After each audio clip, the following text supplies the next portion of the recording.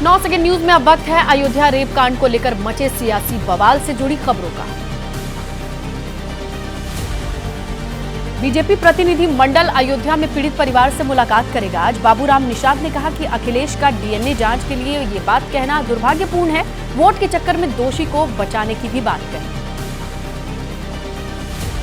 अयोध्या में नाबालिग से गैंगरेप का मामला। समाजवादी पार्टी नेता पवन पांडे ने आरोपी और परिवारों के नार्को टेस्ट कराने की बात कही है। कहा डीएनए जांच में अगर साक्ष्य मिलते हैं तो कड़ी कार्रवाई हो। एसपी नेता शिवपाल ने किया नार्को टेस्ट की मांग का समर्थन। कहा डिप्टी सीएम केपी मौर्य का होना भी चाहिए नार्को टेस्ट, जिससे साफ हो जाए कि संवेदनशील विषयों पर घटिया राजनीति कौन कर रहा है। यूपी के डिप्टी सीएम केपी मौर्य ने समाजवादी पार्टी पर निशाना साधा। एक्स पर पोस्ट करके लिखा, बलात्कारियों को बचाना एसपी की फितरत है। अगर बलात्कारी मुसलमान हो तो पूरा सैफई परिवार उसे बचाने के लिए खूंटा गाड़ देता है। एसपी नेता शिवपाल सिंह यादव का दावा, अयोध्या मामले में बीजेपी सहयोगी राजनीति कर रहे हैं। अयोध्या के विधानसभा उपचुनाव में फायदा लेना मंशा हो सकती है इस राजनीति की। यूपी सरकार के मंत्री संजय निषाद का अखिलेश पर पलटवार। पूछा, इनके समय डीएनए जांच होती थी क्या? विपक्ष के नेता अपराधियों के साथ क्यों खड़ी है? इनका पीडीए झूठा है। अयोध्या मामले पर बोले यूपी के नेता प्रतिपक्ष माता प्रसाद पांडे, मामले पर न्यायोचित कार्रवाई होगी। मामले की सच्चाई पता करना जरूरी है। अयोध्या में गैंग रेप का मामला। समाजवादी पार्टी के राष्ट्रीय महासचिव राम गोपाल यादव ने कहा कि जो गुंडई करेगा उसके खिलाफ कार्रवाई होनी चाहिए।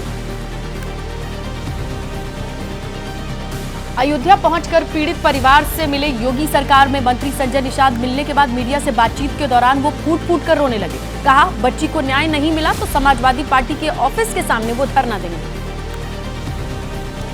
मुख्य आरोपी मोहित खान के प्रतिष्ठानों पर बुलडोजर चलाने पर बोले एसपी सांसद देवेश शाक्य, आरोपी को देना चाहिए पक्ष रखने का मौका। अल्पसंख्यक समुदाय का मामला आते ही राजनीतिकरण होता है। लखनऊ में हुए हुड़दंग का मामला। एसपी नेता पवन पांडे ने कहा, योगी जी को विधानसभा में सिर्फ पवन यादव अरबाज याद आते हैं। उन्होंने नहीं लिया दूसरी जाति के आरोपियों का नाम। उनकी मानसिकता दिखाता है। कुछ और पॉलिटिकल अपडेट्स हैं, उन्हें भी देख लेते हैं 9 सेकंड न्यूज में।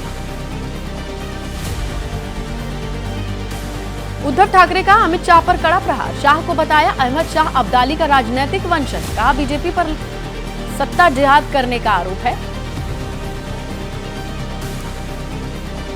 पुणे में शिव संकल्प रैली को उद्धव ठाकरे ने संबोधित किया। ठाकरे ने बीजेपी पर पार्टी तोड़ने का आरोप लगाया। उद्धव और औरंगजेब से जोड़ने वाले शाह के बयान पर पलटवार किया। उद्धव ठाकरे के बयान पर शिवसेना नेता संजय निरुपम बोले, अमित शाह ने उद्धव को औरंगजेब फैन क्लब का मुखिया बताया। उन्होंने सच कहा था, क्योंकि उद्धव ने हिंदुत्व को छोड़ दिया है। अमित शाह वाले बयान को लेकर के उद्धव ठाकरे पर बरसे एकनाथ शिंदे के मंत्री गिरीश महाजन बोले, मुझे लगता है कि उद्धव ठाकरे अपना मानसिक संतुलन खो बैठे हैं। महाराष्ट्र की सियासत पर नीतीश की एंट्री। उद्धव ने पूछा, क्या नीतीश हिंदुत्ववादी हैं? उद्धव के सवाल पर जेडीयू का जवाब आया, क्या कि नीतीश कुमार मानवतावादी हैं? उद्धव ठाकरे के बयान पर शरद पवार गुट के नेता रोहित पवार बोले, उद्धव ने अपने अंदाज में बीजेपी के नेताओं को करारा जवाब दिया है।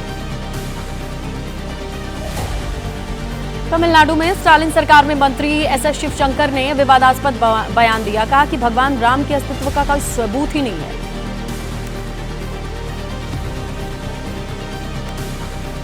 मंत्री एसएस शिवशंकर के बयान पर सियासत गर्म है। तमिलनाडु बीजेपी के अध्यक्ष अन्नामलाई ने कहा, घोटालों में फंसे हुए डीएमके के नेताओं की याददाश्त कमजोर है। गृह मंत्री अमित शाह का आज चंडीगढ़ दौरा। दोपहर 12 बजे शिवालिक गार्डन में जल आपूर्ति परियोजना का लोकार्पण करेंगे। हरियाणा में आज बीजेपी करेगी चुनाव प्रचार का आगाज। कुरुक्षेत्र में होने वाली म्हारा Haryana non stop Haryana rally में बीजेपी के कई दिग्गज शामिल हुए। मुंबई में आज महाराष्ट्र कांग्रेस की बैठक। सहयोगी दलों के साथ सीट बंटवारे को लेकर मंथन होना है। महाविकास अघाड़ी में कांग्रेस ज्यादा सीटों की मांग कर रही है। दिल्ली में आज बीजेपी का झुग्गी स्वच्छता अभियान है। प्रदेश अध्यक्ष वीरेंद्र सचदेवा, सांसद बांसुरी स्वराज, मनोज तिवारी समेत कई नेता इस कार्यक्रम में हिस्सा लेंगे। पटना में बीजेपी कोर कमेटी की बैठक के बाद सांसद दीपक प्रकाश बोले, 2025 में हम चुनाव जीतेंगे, भारी बहुमत से एनडीए गठबंधन की सरकार बनी।